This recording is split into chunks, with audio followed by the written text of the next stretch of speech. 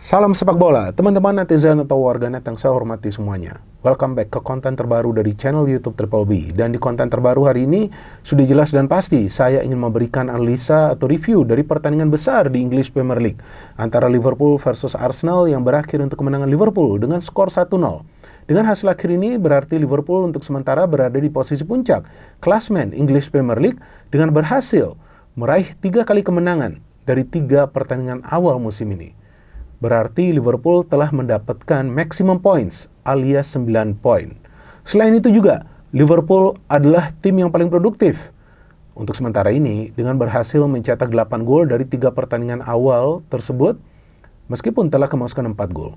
Sedangkan bagi Arsenal, dengan kekalahan ini berarti untuk pertama kalinya Arsenal mengalami kekalahan musim ini dan untuk pertama kalinya musim ini gagal mencetak gol. Karena di 2 pertandingan sebelumnya, Arsenal berhasil menang di Manchester United dengan skor 0-1 dan kemudian di kandang sendiri membantai Leeds dengan skor 5-0. Namun jujur teman-teman, bagi saya kemenangan Liverpool bukan merupakan sebuah kejutan. Karena sebelum pertandingan ini dimulai, saya sudah feeling bahwa kemungkinan pertandingan ini berakhir dengan hasil imbang atau Liverpool yang menang. Saya sama sekali tidak punya feeling atau tidak yakin lah bahwa Arsenal akan bisa meraih kemenangan. Karena saya melihat starting line-up-nya itu, saya bingung. Ketika saya melihat di tengah itu ada 3 gelandang pekerja, tapi tidak ada gelandang kreatif.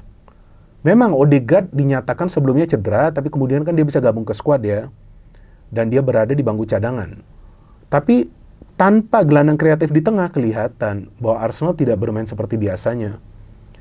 Dan lebih banyak mengandalkan long ball passing. Dan Arsenal juga bermain defensif semalam, sama seperti ketika mereka bermain di Old Trafford. Jadi tampaknya sekarang ini Arteta memakai strategi yang berbeda ketika timnya itu bertandang ke stadion tim yang memang kuat. Jadi dia memilih bermain defensif, main counter attack dan main long ball. Dan itu bukan ciri permainan dari Arsenal. Memang musim lalu dengan Arsenal mempertahankan skema mereka bermain menyerang dan menyerang dan menyerang, Arsenal gagal menjadi juara. Tapi kan musim lalu mereka juga sempat kesulitan untuk menurunkan pemain-pemain inti karena ada beberapa pemain inti yang cedera dan memang mereka tidak punya pelapis yang bagus jika Kai Havertz itu cedera. Tapi musim ini kan lebih lengkap nih skuadnya. Jadi saya bingung kenapa harus bermain ekstra defensif di kandang Liverpool. Main defensif oke lah, tapi ini ekstra defensif. Jaga telur saja di belakang. Akhirnya kan dapatnya apa? Telur juga kan 0. 0 poin, 0 goals. Dan Gyökeres ngapain itu dimainin lawan Liverpool semalam? Ya memang dia adalah pembelian yang penting bagi Arsenal. Tapi kan saya sudah katakan sebelumnya, pemain ini lawan Manchester United juga 0 shots. Semalam juga 0 shots, artinya dia dapat telur busuk ini, Gyökeres. Lawan Leeds mencetak 2 gol banyak gaya. Oke, lawan Leeds memang Arsenal harus menang, kan main di kandang sendiri. Tapi bahwasannya menang 5-0, ya itu juga menurut saya biasa saja. Ya karena memang Leeds bukanlah tim yang kuat. Apalagi mereka adalah tim promosi musim ini. Tapi yang saya harapkan, main di kandang Liverpool mereka kasih perlawanan. Tapi gak ada perlawanan, main lebih defensif, main counter attack. Jadi itu juga menguntungkan para pemain Liverpool sedikit banyak. Yang bisa bermain lebih tenang, main possession based. Ya kan mereka main dengan skema yang sama. Nah ini hebatnya Liverpool. Pelatih mereka Arne Slot tuh selalu memakai strategi yang sama. Sehingga Liverpool selalu mencari cara untuk keluar dari kesulitan. Dan selalu bisa meraih kemenangan dengan situasi yang sebetulnya tidak menguntungkan bagi mereka. Seperti lawan Bournemouth. Sudah disamakan kedudukan 2-2, tiba-tiba bisa menang 4-2. Lawan Newcastle. Saya kira pada saat itu akan draw. Bisa menang juga 2-3, ada gol di masa injury time. Sama juga semalam. Saya kira ini kemungkinan draw, karena awalnya saya feeling kalau nggak draw, Liverpool menang. Ternyata bisa juga Szoboszlai itu mencetak gol dari free kick yang luar biasa.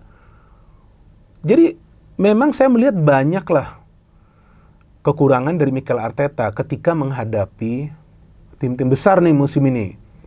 Lawan MU mencetak gol dari corner itu pun karena ada kesalahan dari kiper MU Bayindir.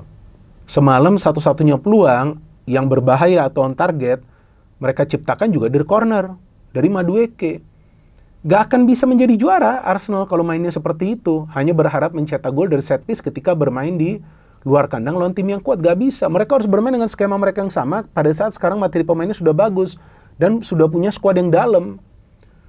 Dan seandainya nih, ya, Odegaard itu diturunkan dari awal, wah, saya pikir bisa lebih repot lagi pertahanan Liverpool. Nah, saya nggak tahu apakah memang dia belum bisa diturunkan atau bagaimana itu. Jadi saya melihat Zubimendi dan Merino plus Declan Rice ini terlalu defensif di tengah. Mungkin itu yang diinginkan oleh Mikel Arteta. Saya justru berharap ada pemain lain yang dimainkan gitu. Tapi memang nggak ada kan mereka gelandang serang lagi kecuali Martin Odegaard. Saliba memang baru bermain beberapa menit cedera, tapi ada Mosquera. Bagus dia mainnya, dia kantongin juga itu si Ekitike kan. Nah, sama seperti Van Dijk mengantongi si Gyökeres. Jadi ya mungkin banyak yang akan berdebat bahwa Gyökeres ini tidak bisa mendapatkan peluang karena dia tidak banyak mendapatkan suplai bola.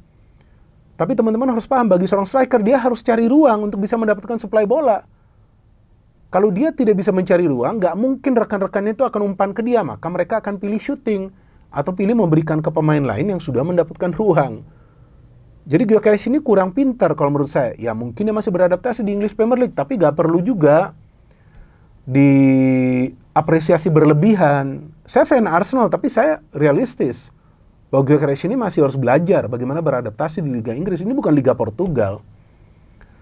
Jadi ini musim yang tidak akan mudah bagi Gyökeres. Oke, dia bisa mencetak 2 gol lawan Leeds, tapi tentu yang fans Arsenal harapkan dia bisa menjadi pemecah kebuntuan di pertandingan-pertandingan besar juga. Walaupun dia dibandingkan juga dengan Erling Haaland ya. Haaland timnya kalah, tapi timnya nggak bermain buruk dan Haaland juga bisa mencetak gol. Ya saya membandingkan soal striker ya, jadi bukan soal tim. Ya City kalah karena Brighton-nya juga bermain bagus, bukan City-nya bermain jelek.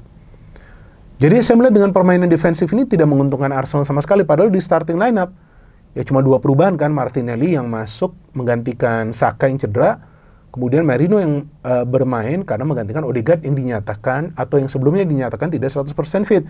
Di Liverpool cuma 1 perubahan di lineup, yaitu McAllister yang dimainkan dari awal, bukan Curtis Jones. Tapi pada saat Jones masuk untuk meningkatkan tempo dari Liverpool, bagus juga Jones. Jadi kedalaman skuad Liverpool lebih proven. Meskipun ada juga kan banyak perubahan di skuad mereka dengan membeli banyak pemain kan. Ada Kerkes tuh di sebelah kiri, bagus juga dia. Mengawal Madueke, dan saya melihat Madueke ini mainnya bagus banget. Dia pemain yang berani konfrontir para pemain Liverpool. Dia berani bermain attacking, tapi pemain-pemain lain Arsenal delay. Gimana caranya mau menang? Kemudian berharap ada keuntungan jika ada pemain Liverpool melakukan kesalahan. Justru para pemain Arsenal beberapa kali melakukan kesalahan. Pada saat build up, beruntung saja Liverpoolnya gak bisa menciptakan peluang tuh. David Raya juga berani mainin bola di belakang. Ngeri-ngeri sedap ini permainan Arsenal. Tapi Liverpool layak meraih kemenangan. Kenapa? Mereka main dengan skema mereka. Apa itu skema mereka?